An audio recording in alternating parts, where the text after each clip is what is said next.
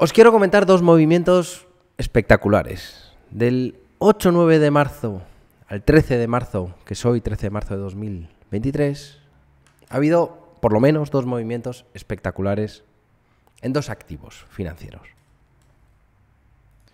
Uno de ellos viene provocado claramente por la crisis de Silicon Valley Bank. El banco que está en la cuerda floja, llamémoslo, ha quebrado, ha caído, y con toda la repercusión que un banco tan grande, la segunda caída de una institución financiera desde la crisis de 2008, y cayeron bancos muy grandes, pues es el segundo banco más grande que cae desde la crisis financiera de 2008. ¿Y qué repercusiones ha tenido? Pues por un lado, que una de las razones de la caída es la venta de bonos que han tenido que vender. Bonos, no lo quiero enredar mucho, pero han tenido que vender bonos y han perdido bastante dinero. Si no vendían esos bonos, esas pérdidas estaban latentes y no se contabilizaban. Al venderlos, se han contabilizado. Y esto ha traído varias consecuencias también. Se ha pensado, oye, los tipos en Estados Unidos no han subido mucho, en muy poco tiempo. Esto, cuando se ha necesitado liquidez y se ha tenido que tirar de ventas de bonos, como la rentabilidad era muy baja en el último año, 2 años, 3 años, y como ha subido mucho, eso significa que la subida de rentabilidad es caída del precio. Tú tienes un activo que el precio ha caído y mucho.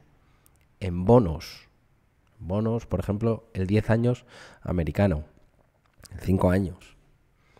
Has tenido que vender, coger liquidez y contabilizar pérdidas, porque había, a nivel de contabilidad, se pueden tener activos que tengas unas pérdidas latentes sin contabilizar y que cuando vendas lo contabilices, o como lo llevas a vencimiento, como tú has dicho que vas a llevar a vencimiento un determinado activo, esa pérdida no se contabiliza, porque si tienes 100 y te van a devolver 100 en 5 años, tú dices, no, es que yo, como tengo un bono americano de Estados Unidos, me va a devolver 100 dentro de 5 años.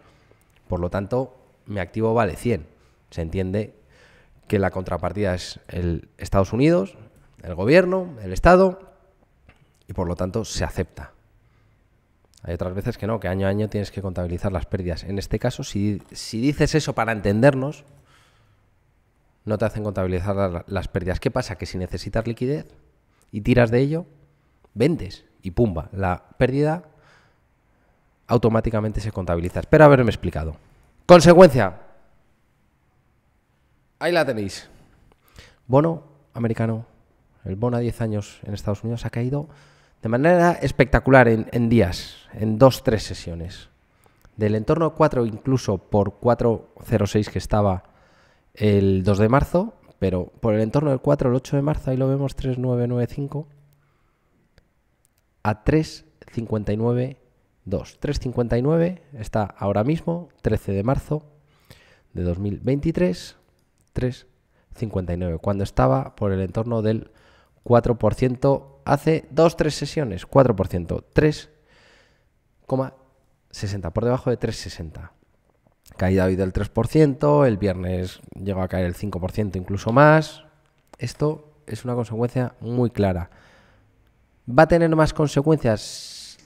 Puede que los tipos ya no suban tanto como se esperaban esas últimas subidas del 0,50. Pues aquí, lo digo siempre, el bono a 10 años en Estados Unidos mueve muchísimo dinero y pueden subir los tipos de interés oficiales, que ahí es donde realmente se está moviendo el dinero y comprando y vendiendo. Ha caído de manera espectacular el bono a 10 años y lo vemos. La rentabilidad ha caído de manera espectacular. Si vamos al precio, el precio ahí lo tenéis en la última sesión, últimas sesiones, me voy a quitar para que lo veáis mejor. Ahí lo veis, una subida del precio en bonos, caída de rentabilidad. Ahí tenéis la subida del bono a 10 años, subida del precio, caída de la rentabilidad. Ahí está. Y esto, por otro lado, ojo, que cuando se ha ido la gente tan rápidamente a por el bono, es una especie de refugio. Empieza a subir el precio, se empiezan a comprar más, la rentabilidad cae. Esto puede tener la segunda derivada, que si bajan los tipos de interés en renta fija, en un activo libre de riesgo, si cada vez es menor, se hace más atractivo el riesgo. Espero explicarme. Cuanto menos te dé la renta fija, más puedes asumir un poquito de riesgo para obtener algo más de rentabilidad. Bueno, este era el primer movimiento espectacular que creo que es muy importante, y la crisis del SVB, Silicon Valley Bank, sin duda ha tenido un efecto claro en los tipos de interés oficiales y en el mercado, en el día a día. Un activo tan referente y tan importante como es el bono a 10 años se ha visto reflejado y contagiado por esta crisis del SVB, Silicon Valley Bank. Otro movimiento espectacular, el gas natural, la referencia europea, el TTF. Está en 51, pero este es el gráfico a un año. Vemos que está en la zona de mínimos. Por un lado, bien, porque los precios del verano de 2022 eran, bueno, insoportables, insufribles, y está en unos niveles altos si nos vamos al gráfico de 5 años, porque en 2019, 2020, 2021, bueno, estaban bastante más por debajo, incluso por debajo de la mitad del 51 que vemos hoy, euros por el megavatio hora.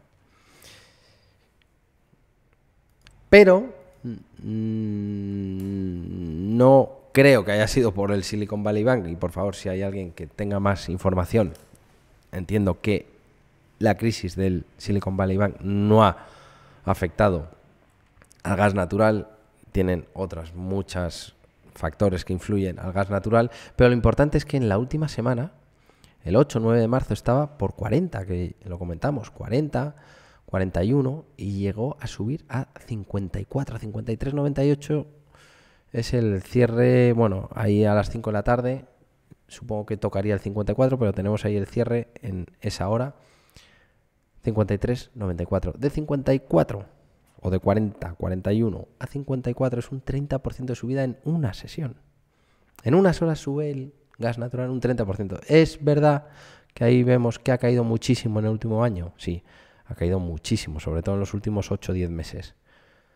Pero de repente que un movimiento del gas natural pase de 41 a 54, un 30% de subida es espectacular. Ya está en 50, que si no la hubiéramos visto en 40, pues oye, dices, oye, es que mira, venía de hace un mes de estar en 54, 55.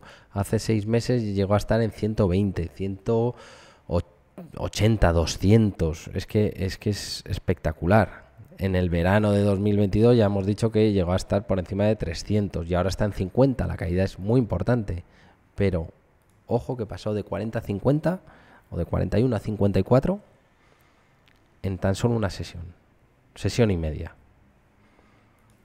Y bueno, y esto está afectando en Europa, en España, por ejemplo, el Euribor. Yo creo que esto afecta toda la crisis, ahora sí, del SV Bank, del Silicon Valley Bank, y de los tipos de interés y de cómo han subido tanto en tan poco tiempo en Estados Unidos, y poco a poco ese efecto se estaba contagiando en Europa, iba subiendo con más retardo, pero iba subiendo y de manera importante, y las estimaciones eran que iban a seguir subiendo y de manera fuerte. Pues oye, el Euribor en España ha caído 95 milésimas, que es un movimiento importante. El Euribor se desploma, bueno, es un titular un poquito sensacionalista, pero se desploma porque el movimiento de una sesión es muy importante. Bajar 95 milésimas es bastante para el Euribor, pero viene de estar en 0 a estar casi en 4 en un año.